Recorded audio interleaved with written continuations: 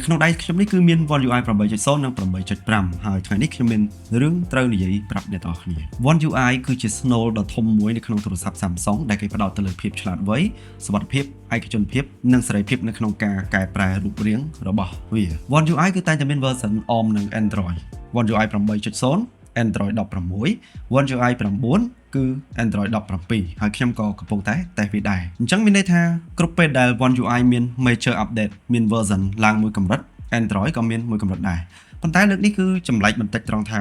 One UI 8.0 វាមិនជាផ្លាស់ប្ដូរអីធំដុំណាស់ទេក៏ប៉ុន្តែនៅពេលដែលចូលមកដល់ 8.5 វារៀងមានរបស់ច្រើនទៅវិញហើយសម្រាប់ 9.0 អាហ្នឹងសុំលាក់សិនហើយជាទូទៅអ្វីដែលឃើញប្លែកមុនគេនៅពេលដែល upgrade version ឡើងទៅជា major update ធំៗហ្នឹង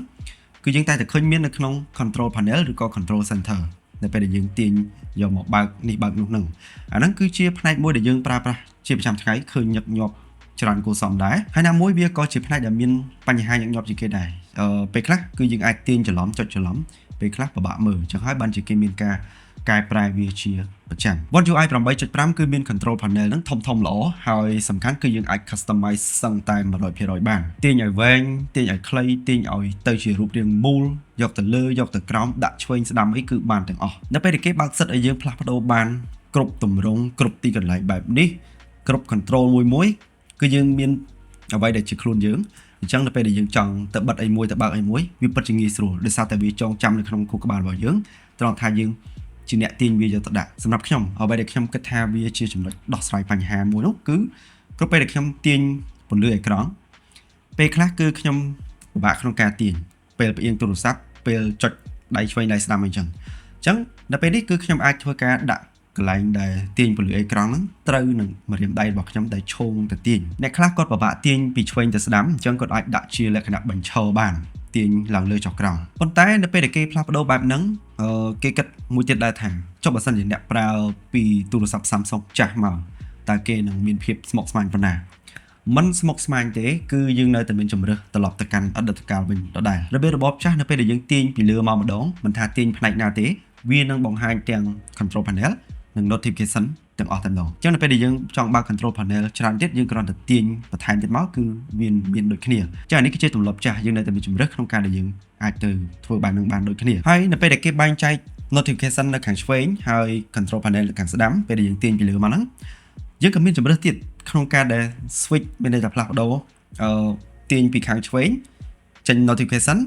ឬក៏ទាញពីខាងឆ្វេងចេញ control panel យើងមានជំរើសបន្ថែមទៀតហើយ control panel មួយគឺយើងអាចផ្លាស់ប្ដូរពណ៌របស់វាបានតាមរយៈ color palette នេះគឺมันមានអ្វីដំឡើងបន្ថែមទេវាមាននៅក្នុង setting ការកំណត់របស់ Android ផ្ទាល់ប៉ុន្តែបើសិនជាពណ៌ដែលមាននៅក្នុង color palette ហ្នឹងវាមិនទាន់គ្រប់គ្រាន់អ្នកនរគ្នាអាចប្រើ good lock បាននៅពេលនោះគឺយើងអាចផ្លាស់ប្ដូរទាំងពណ៌ទាំងកម្រិតព្រើbackground ហ្នឹងគឺយើងផ្លាស់ប្ដូរបានមួយសេរីនៅផ្នែក notification ក៏គេសម្រួលក្នុងការដែល group វាចូលគ្នាឲ្យមើលឃើញលក្ខណៈ minimal ងាយស្រួលមើលហើយមួយផ្ទាំងគឺមាន notification ច្រើនដែលយើងអាចសម្គាល់ដឹងបានអញ្ចឹងនេះគឺជាចំណុចមួយដែលខ្ញុំមើលឃើញថាយើងអាចធ្វើការផ្លាស់ប្ដូរស្ទើរតែទាំងស្រុងហើយកន្លែងនេះគឺយើងមានអ្វីដែលជាខ្លួនឯងយើងអាចចំណាំហើយយើងអាចស្រួលប្រើយើងអត់ឆាប់ធុញវាគឺជាចំណុចដែលលើគេហើយបើសិនជាអត់និយាយពីការដែលដំឡើង app launcher អីផ្សេងចេញពីប្រអប់មកគឺយើងអាចធ្វើបានប៉ុណ្ណឹងវាពិតជាច្រើនខ្លាំងមែនទែនឥឡូវនិយាយពីមុខងារថ្មីទីមួយដែលខ្ញុំមើលឃើញហើយខ្ញុំពេញចិត្តនោះគឺ private album នៅក្នុង gallery app នេះគឺមាន private album អញ្ចឹងសម្រាប់អ្នកដែលគាត់ screenshot password email ពេលដែលគាត់បង្កើត account នេះហ្នឹងគាត់ខ្ជិលប្រើ note ប្រើ password manager អីគាត់អាច screenshot ហើយគាត់ទុកនៅក្នុង private album ហ្នឹងអញ្ចឹងនៅពេលដែលគេផ្សេងកាន់ទូរស័ព្ទហ្នឹងគឺយើងអាចទុកចិត្តបានថាគេមើលអត់ឃើញទេប៉ុន្តែកន្លែងនេះគឺខ្ញុំមើលឃើញថាគឺមិនគួរប្រើ password ដែលសម្រាប់ lock screen ពេលបើកទូរស័ព្ទទេគួរតែមាន password ពីរផ្សេងគ្នាទី1គឺយើងសម្រាប់ដោះសោអេក្រង់ហើយមួយទៀតសម្រាប់ private album ធ្វើបែបនេះគឺយើងមានទំនុកចិត្តនៅពេលដែលយើងហុចទូរស័ព្ទយើងទៅឲ្យអ្នកផ្សេងមើលនៅផ្នែកបង្ហាញថាមពលថ្មភាគរយថ្មនៅខាងលើហ្នឹងversion 8.0 គឺយើងអាចជ្រើសរើសបានថាតើយើងបង្ហាញរូប icon ថ្មឬក៏បង្ហាញជាភាគរយប៉ុន្តែឥឡូវនេះគឺយើងអាចរើសបានតើយើងគួរបង្ហាញភាគរយថ្មហើយមានរូបថ្មឬក៏យើងបង្ហាញភាគរយទៅទេមិនមានរូបថ្មជាគំនិតខ្ញុំផ្ទាល់ពីរនេះគឺគួរតែដាក់វាបញ្ចូលគ្នាតែម្ដងហើយយើងមានជំរើសដល់ទៅ4 ភាគរយ icon ហ្នឹងគឺយើងអាចឆ្លាស់គ្នាបានខ្ញុំសង្កេតឃើញនៅពេលដែលចូលទៅក្នុង setting មុខងារថ្មីមួយនៅពេលដែលយើង search រក setting អីមួយហ្នឹងការកំណត់អីមួយហ្នឹងខ្ញុំមើលឃើញថាវាធ្វើបានលឿនខ្លាំងជាងមុនមុខងារ screen record យើង record screen ជាលក្ខណៈវីដេអូហ្នឹងក៏ចំណុចមួយដែលខ្ញុំពេញចិត្តដែរគឺពីដើមមកយើងអាច record screen បានលក្ខណៈ full screen ឥឡូវនេះគឺយើងមានជម្រើសពីរ full screen និងការបែងចែកអេក្រង់ឬក៏តំបន់ដែលយើងត្រូវថតអានេះគឺជាមុខងារដែលយើងអាចកំណត់បានជ្រើសរើសបានហើយមកដល់ផ្នែកនេះគឺផ្នែករូបរាងថ្មីវិញផ្នែកខ្លះដែលវាជារូបរាងតែម្ដងផ្លាស់ប្ដូរថ្មីនៅក្នុង gallery app ឬក៏កន្លែងផ្សេងទៀតដូចជា phone app អីជាដើម tab ដែលនៅខាងក្រោមនេះគឺវាមានការផ្លាស់ប្ដូររូបរាងប្លែកហើយស្អាតគេធ្វើឲ្យវាមានលក្ខណៈកោង background កោងហើយកន្លែង highlight tab មួយហ្នឹងក៏កោងដូចគ្នាដែរពីលើមួយជាន់ទៀតបញ្ជាក់ថាយើងកំពុងតែនៅ tab ណាហើយវាក៏មាន blur effect ដែរនៅពេលដែលយើងអូសអីមួយកាត់ពីខាងក្រោមវាហ្នឹងវាខុសពីមុនដែលអស់ទៅគឺងងឹតឈឹងសម្រាប់ផ្នែក icon នៅ home screen វិញគឺផ្នែកខ្លះគឺគេថែមស្រមោលទាំងក្នុងនិងខាងក្រៅ icon ហ្នឹងធ្វើឲ្យវាមានលក្ខណៈដូចជា 3D តិចតួចដែរហើយបើចូលមកក្នុងកម្មវិធី setting វិញគឺយើងលែងឃើញឲ្យអក្សរដែលនៅក្រោមsetting មួយហ្នឹងដែលបញ្ជាក់ពីការកំណត់អីផ្សេងដោយសារតែវាមានច្រើនពេកអញ្ចឹងគេដាក់មកគឺអត់អស់ដដែលអញ្ចឹងគេលុបចោលទៅដើម្បីមើលឃើញ clean ស្អាតសញ្ញាសេវាទូរស័ព្ទក៏ផ្លាស់ប្ដូរដែរនៅពេលដែលយើងប្រើ SIM 2 SIM 1គឺនៅខាងឆ្វេង SIM 2ដែលនៅខាងស្ដាំនោះគឺគេផ្លាស់ប្ដូរហើយមកដល់ 8.5 នេះគឺគេដាក់ត្រួតលើគ្នាតែម្ដងសម្រាប់សេវា SIM ខ្ញុំគិតថាធ្វើបែបហ្នឹងវាឆ្លាតដែរពង្រួមអក្សរឲ្យឃើញតូចក៏ប៉ុន្តែសម្រាប់ខ្ញុំផ្ទាល់ខ្ញុំគិតថាវារៀងពិបាកមើលបន្តិចត្រង់សេវាខាងលើហ្នឹងគេធ្វើរៀងប្រឆិតហើយខាងក្រោមនេះវាត្រង់ស្មើគ្នាចឹងទៅអានេះគឺសម្រាប់ខ្ញុំផ្ទាល់ខ្ញុំអត់សូវចូលចិត្តទេនៅក្នុងកាមេរ៉ា app នៅពេលដែលយើងបើកការកំណត់អីមួយវាលោតចេញមកជាពិសេសនៅពេលដែលយើងចុចចូល more ដើម្បីមើល mode អីផ្សេងហ្នឹងអាហ្នឹងគឺវាមាន blur effect កាលពីមុនអត់មានទេអញ្ចឹងកន្លែងនេះក៏ជាចំណុចមួយដែលខ្ញុំចូលចិត្តដែរតែខ្ញុំសង្កេតឃើញថា blur effect ដែលមាននៅក្នុងនេះគឺគេធ្វើលក្ខណៈស្រាលអញ្ចឹងយើងអាចឃើញអ្វីដែលឆ្លុះពីខាងក្រោយហ្នឹងរៀងច្បាស់ blur effect ហ្នឹងគឺ copy blur effect នៅ control panel ត្រង់វាថ្លាហើយរលោងអូខេបន្តទៀតចូលមកចំណុច AI អ្នកខ្លះគាត់គិតថា AI គឺជាផ្នែកមួយដែលមិនសូវចាំបាច់អីខ្លាំងទេនៅក្នុងទូរស័ព្ទក៏ព្រោះតែវាមាន subscription សេវា AI នៅពីក្រៅហ្នឹងច្រើនខ្លាំងអញ្ចឹងយើងគ្រាន់តែ download app ហើយយើងបង់លុយយើងប្រើ AI ហ្នឹងទៅជាការស្រេចយើងមិនចាំបាច់ទិញទូរស័ព្ទដែលប្រើ AI ដែលមាននៅក្នុងហ្នឹងទេ Gemini ChatGPT Copilot Perplexity អីអស់ហ្នឹងអ្នកទាំងគ្នាអាច download ហើយអ្នកទាំងគ្នាប្រើនៅក្នុងហ្នឹងបានប៉ុន្តែមានចំណុចជាច្រើនខ្លាំងមែនទែនដែល AI ដែលមាននៅក្នុងទូរស័ព្ទវាធ្វើខុសពី AI ដែលអ្នកទាំងគ្នាប្រើនៅខាងក្រៅហើយខ្ញុំនឹងរៀបរាប់ពីចំណុចដែលខ្ញុំពេញចិត្តទី1រហូតដល់ចុងក្រោយចំណុចទី1គឺ audio eraser អ្នកទាំងគ្នាគួរតែឈប់ comment បន្ទោសគេថានិយាយឲ្យច្បាស់ដាក់ភ្លេងតិចទៅបានហើយនិយាយលឺតែខ្យល់អីហ្នឹងគឺអាចបញ្ឈប់ការ comment បានបើសិនជាប្រើ Samsung មាន One UI 8.5 ឡើងទៅអ្នកទាំងគ្នានឹងមានមុខងារaudio eraser អានេះគឺគេប្រើ AI គ្រប់ពេលដែលយើងបើកវីដេអូនៅក្នុង app ដែល support មានដូចជា TikTok Facebook Instagram អីអស់ហ្នឹង YouTube ក៏ដោយពេលដែលអ្នកទាំងគ្នាចាក់វីដេអូហើយឮសំឡេងខ្យល់ផងនិយាយផងហ្នឹងអ្នកទាំងគ្នាអាចទាញ control panel ចុះមកវានឹងមាន audio eraser នៅពេលហ្នឹងយើងចុចមកវានឹងប្រើ AI ដើម្បីកាត់សំឡេងរំខានវីដេអូដែលយើងកំពុងតែមើលហ្នឹងសំឡេងដែលកាត់បានខ្ញុំមើលឃើញថាវាធ្វើបានល្អខ្លាំងចូល 80% អញ្ចឹងខ្ញុំតែងតែប្រើមុខងារហ្នឹងនៅពេលដែលខ្ញុំអូសឃើញវីដេអូណាមួយហើយការដែលនិយាយហ្នឹងឮមកអត់សូវច្បាស់ឮភ្លេងខ្លាំងឮខ្យល់ឮអីហ្នឹងខ្ញុំបើកមុខងារហ្នឹង Completely agree with J-Lo. What's your name? My name is Zephyr. Zephyr, where are you from? I'm from New York. Okay, do you think you have to be born in New York to be a New Yorker? I think you can live here long enough to be a New Yorker, but Now, there was a time when I would have disagreed with J-Lo. See, I would have said, I've lived in this city for almost 3 decades. ខ្ញុំពិតជាសោកស្ដាយដោយសារមុខងារនេះគឺអត់អាចប្រើសម្រាប់ពេលដែល call បានអញ្ចឹងនៅពេលដែល call ឮសំឡេងគេនិយាយមកឬខ្យល់ខ្លាំងអីខ្ញុំអត់អាចប្រើមុខងារហ្នឹងទេប៉ុន្តែពេលដែល call គឺខ្ញុំអាចប្រើមុខងារមួយទៀតដើម្បីជំនួយឲ្យគេស្ដាប់បានឮច្បាស់វិញគឺមុខងារតាក់ទងនឹង microphone ហ្នឹងគឺបើកទៅវាទប់សំឡេងរំខាននៅពេលដែលខ្ញុំនិយាយអត់សូវច្បាស់គេអាចនឹងឮច្បាស់អញ្ចឹង audio eraser នេះមុខងារ AI ដែលមាននៅក្នុង app ផ្សេងទៀតដែលយើង download មកគឺវាមិនអាចធ្វើបានទេបន្តបែបហ្នឹងបើមាននៅក្នុងទូរស័ព្ទវាពិតជាល្អខ្លាំងកន្លែង search រករូបភាពនៅក្នុង gallery app អានេះក៏ប្រើ AI algorithm ដែរ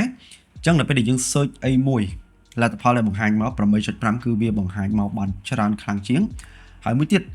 គឺវាសក្រិតល្អខ្លាំងបំផុតអ្វីដែលខ្ញុំធ្លាប់តេស្តកន្លងមកយើងចង់ស្វែងរក screenshot ដែលចេញពី app ណាមួយ 8.0 ក៏ធ្វើបាន 8.5 ក៏ធ្វើបានប៉ុន្តែជាទូទៅ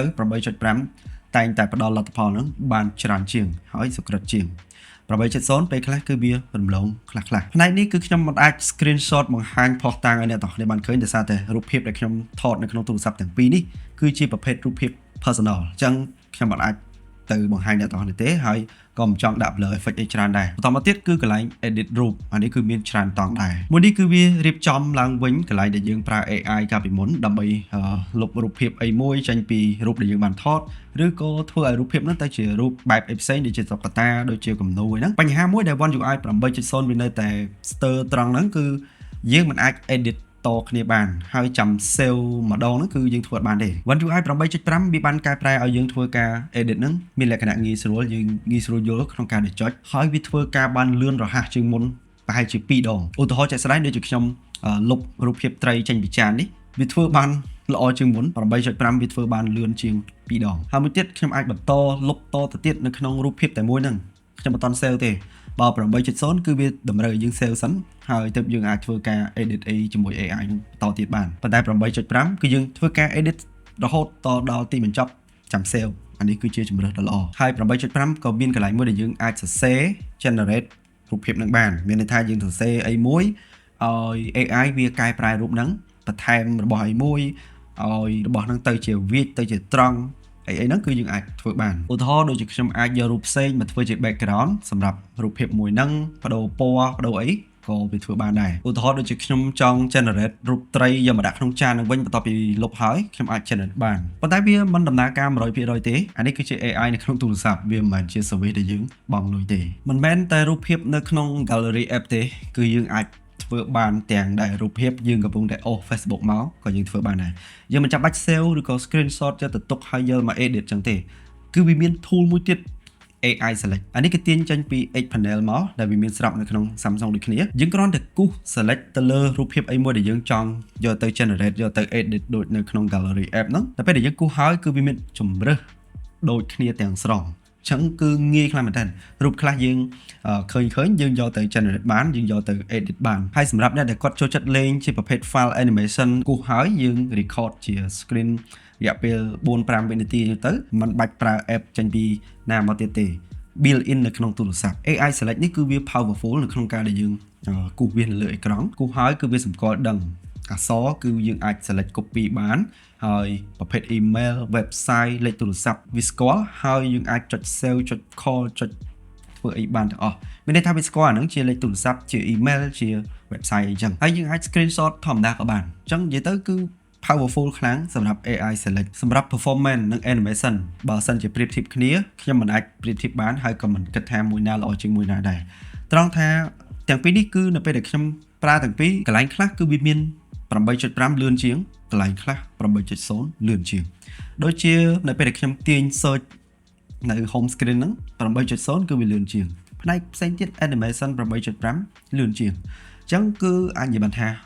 ដូចគ្នាប៉ុន្តែនៅពេលដែលការ upgrade ធំមួយមានមុខងារច្រើនចូលមកហើយ performance នៅអាចថេប៉ុណ្ណឹងបាននោះគឺជារឿងល្អដោយសារទូរស័ព្ទថ្មីវាមាន hardware ថ្មីទៀតអញ្ចឹងវាអាចធ្វើឲ្យទូរស័ព្ទនោះមានអារម្មណ៍ថាលឿនជាងទូរស័ព្ទចាស់ទោះបីជា version ដែលឡើងហ្នឹងគឺមានរបស់ធ្ងន់ច្រើនមកក៏ដោយអញ្ចឹងនេះគឺជាចំណុចខ្លះដែលខ្ញុំពេញចិត្តចំណុចដែលខ្ញុំច្បិចយកមកបង្ហាញអ្នកទាំងគ្នារវាង One UI 8.0 និង 8.5 ខ្ញុំក៏មិនដឹងដែរថាវាមានមុខងារច្រើនផ្សេងទៀតដូចជាប្រភេទ email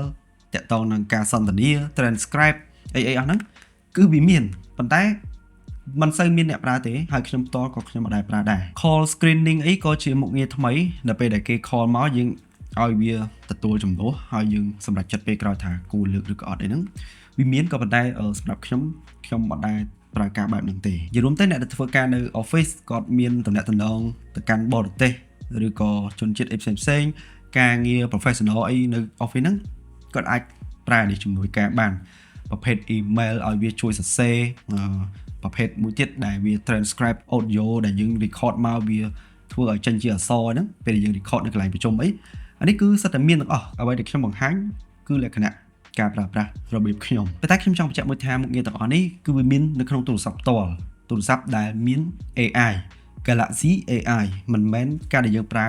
third party app ទេដោយអ្នកខ្លះគាត់ទៅ subscribe ChatGPT Copilot Perplexity AI មួយចំនួនទៀត yes អានោះគឺជាផ្នែកផ្សេងប៉ុន្តែ